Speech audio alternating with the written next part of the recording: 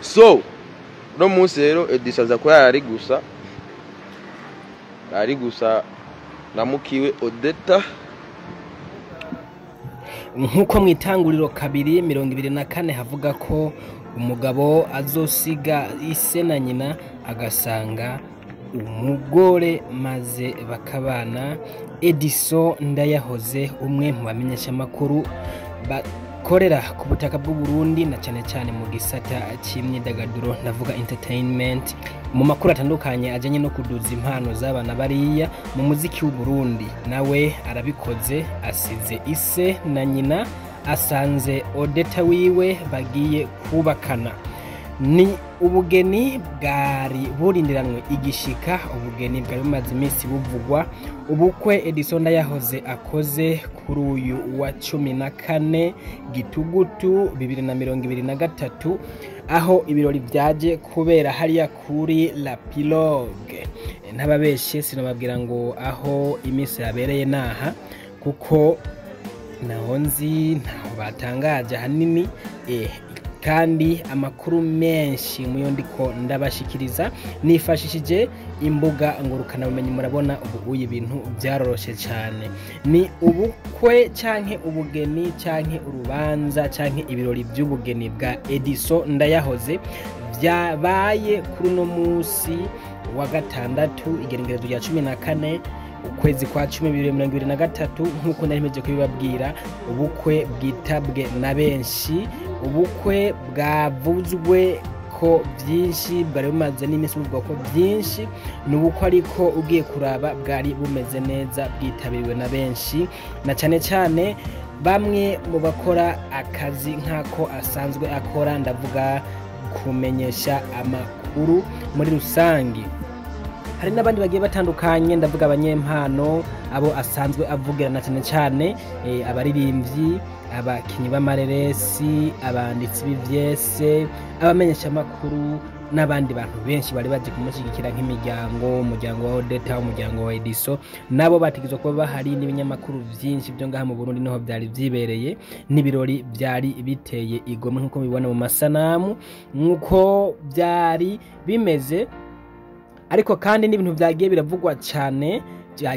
cyane ku mbuga ngurukana bumenyi, bamwe bavuga byinshi, ariko bigaragara ko wari umunezero w'uko umugenzi wabo ateye iyindi ntambwe maze akaba agiye kubaka ugwiwe. Benshi rero bagiye baramukeza, ndavuga cyane cyane nka Simbizi wa Semavumba umunyoni, twabonye Alenova, twabonye Ntera Njimbere niho bari bibereye, twabonye Maneko Drizzy, twabonye Isaac, twabonye n'abandi benshi nka Bafani Lavine, DJ Fanny, twabonye n'abandi benshi batandukanye bari baje kumushyigikira. Urubanza rwagenze neza,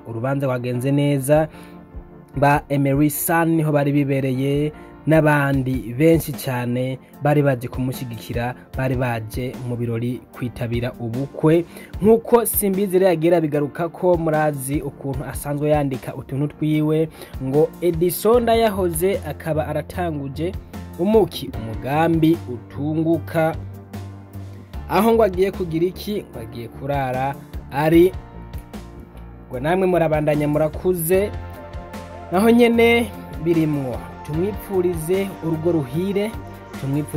ruhire, aze abe amakara ntaze aburubeya, bize bigende neza, bazi babane neza, babana karamata, bakundane kugira ngo bigende neza mu buzima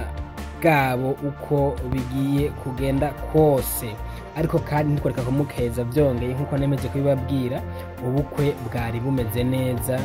Ugiye kuraba ibintu byari bihari, hari abantu batandukanye.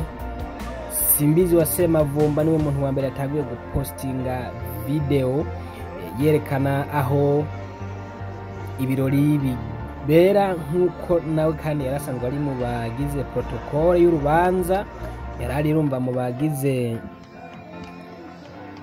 komite y'urubanza muri make.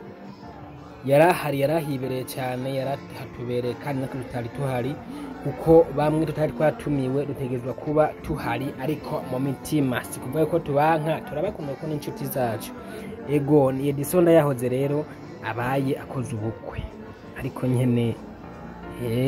kare burindiranywe igishika cyinshi, abantu bari baraburindiriye barabubuze baragira ariko we Edisson wewe ugomba gupfira nabi igihugu, none ryavuzwe riratashe. Nyuma y'iminsi havugwa ibi na biriya, Edisson Ndayahoze arihaye umuntu aramwihaye, ariko ntamwihaye we, baramumuhaye, baramukoye, ubukwe burabaye. Ariko reka twumvirize bimwe mu byo Alenova na Simbizi bashoboye kuvuga imbere yuko urubanza ruba. Hanyuma mbanze ngushimire wowe wakoze subscribe kuri YouTube channel ya Fulgence Mika. Ndagusabe kandi gukomeza kubana nanje mu makuru agiye atandukanye, ukomeze kubana gatano kuri kagenzi kako, ukomeze kuryoherwa n'ibiganiro tugushikiriza. Ndakwibutsa kandi ko muri no misi ngiye kuzana akandi kantu gashasha kugira ngo ukomeze kubana neza. Ngiye gushiraho ibiganiro bitandukanye, ngiye gukora ama interview atandukanye n'abantu batandukanye bivanye n'ibyo bakora, na cyane cyane ariko mu gisata cy'ibikorwa cy'abakora ibikorwa mvabwenge, ndavuga muri rusange, abantu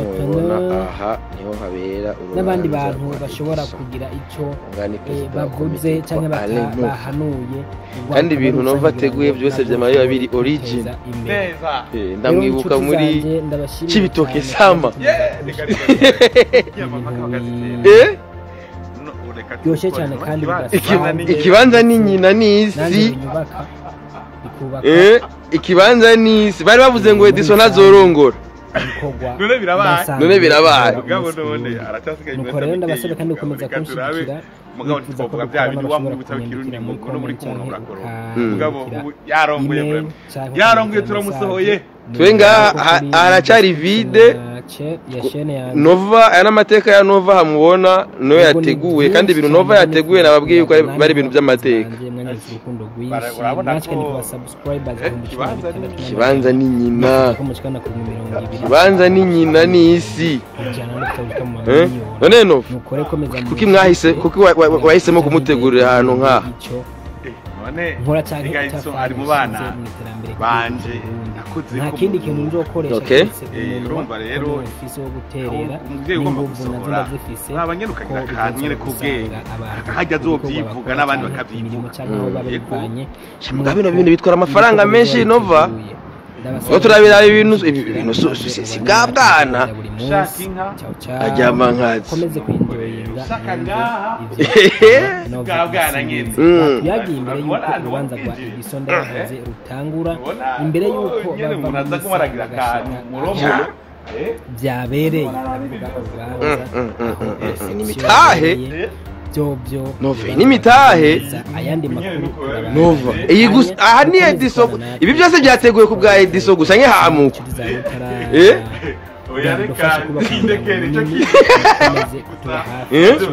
ubu yagenda handi hariya ameze neza, naho ne hateguwe ku bwa Edisson neza gifite amafoto. Urabona ko itaha uhindukije uko urabona ko ariho bica bisa aha n'urubanza gusa rwa Edisson Ndayahoze. Reka bikore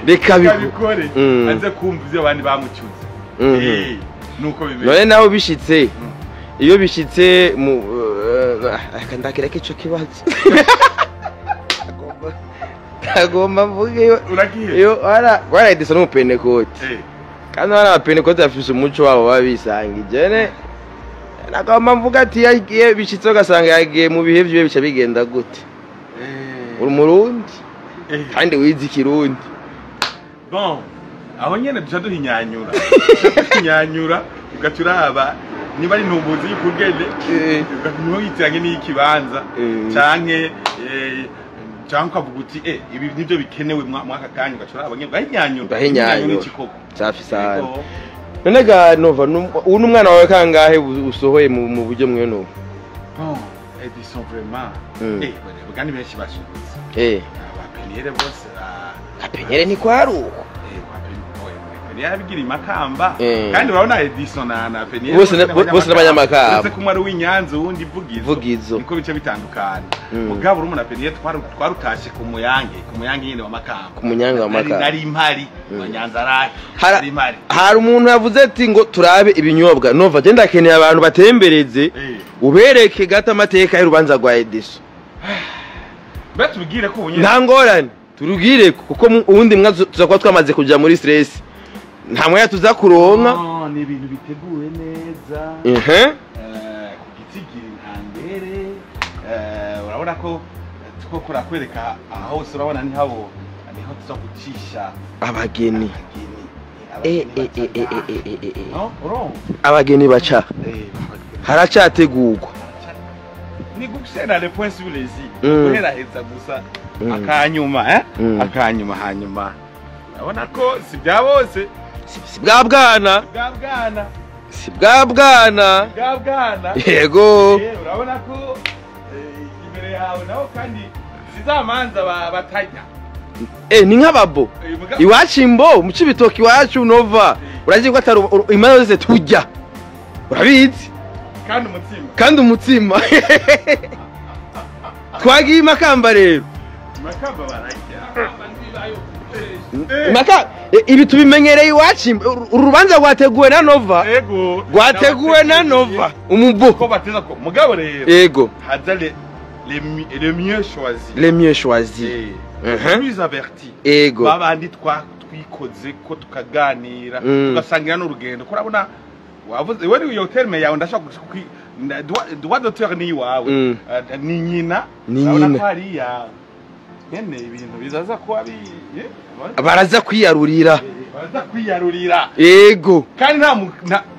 ndagomba mvuga ko nta mu bodyguard nta uza ukuraba ngo waruye bike cyangwa byinshi nta bodyguard aza bari kunyama baraza kwiyorera apana bya bindi ngo inyama yego abantu nyene bataguwe muri benshi urazi ko n'imvura ndakwira hose mugabo urabona ko sibi gusa aho nibonye mugatumbereza na hariya hose kandi ngabiheze bazana ibindi none ngaha yitwa la pirogue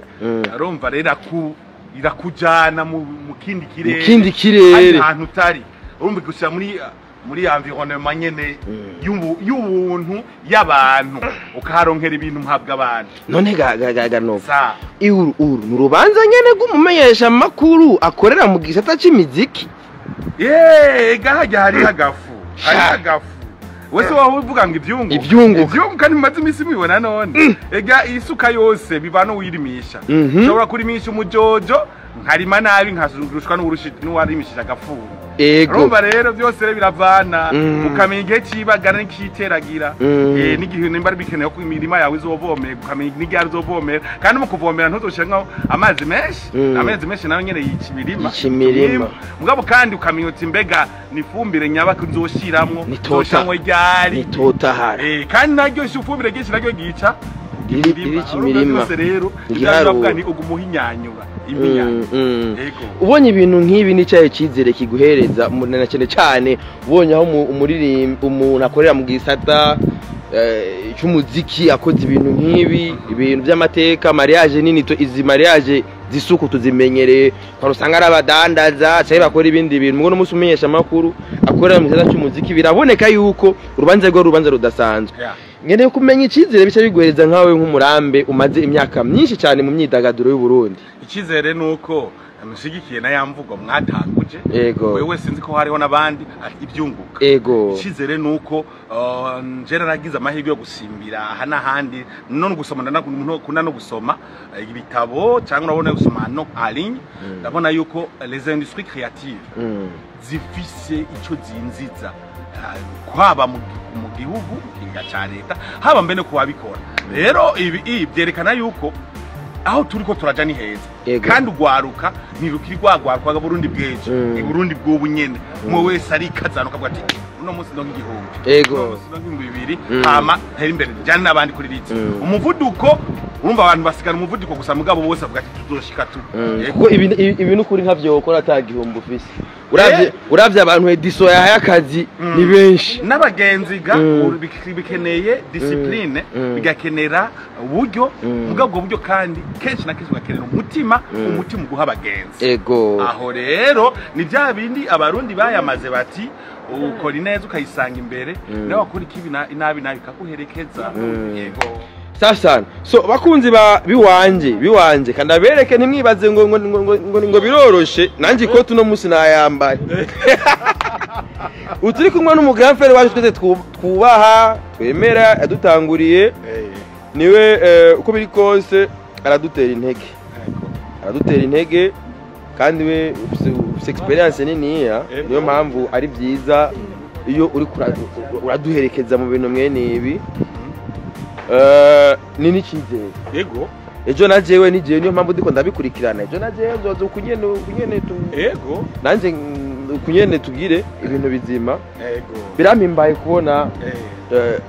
abanyamuziki cya gisata bavuga ati tugenegene n'ababikoramwe ari tugenegene mu gabe ibintu bya mbere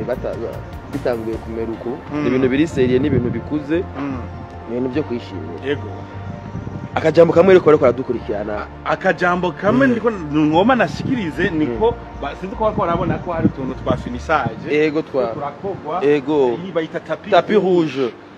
Nemumva rero twari urubanza rusikaje nk'iminota nk'isaha imwe gusa rutanzwe uruko ruraba kubera bari ankuru bari muri science photo urumva bari muri science photo niho bageze urumva baraza kuva kuri World Beach baca berekeza kuri Club Tanganyika hama bace baza guhezagirwa kuri Pentecote Eglise Pentecote mu Kibenga hama mu Kibenga bace basanga je ngaha wahejeje hanyuma reka dufashanye ibikorwa ngaha basanga twahejeje fye nkuru idamikwiye iri mu mutekano ntangere hama murongore namwe nimwishinge twebwe so bakunzi biwanje bantu banje bantu mumwe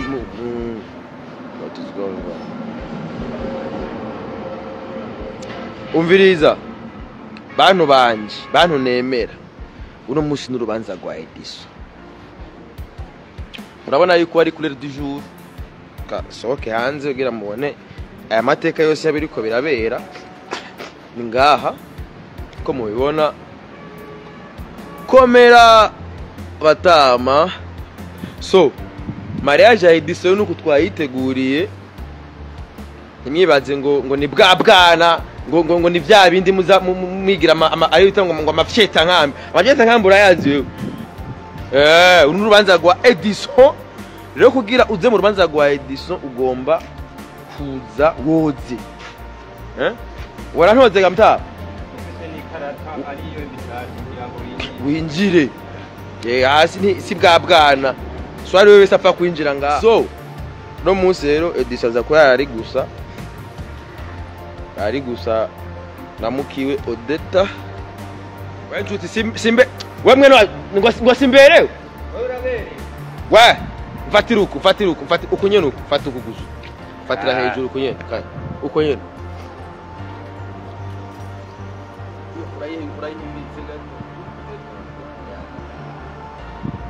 ni fresh oya mwasi kitoko oya ngo simberewe jewe umuntu avuga ko ntaberewe ni bro iyo nkofero yikure n'ukuri kandi waberewe Mogadisho turaguku n'abari Mogadisho simberewe nawe ntambara inkofero ndayambura aya nkofero kandi ariyo kode igumamo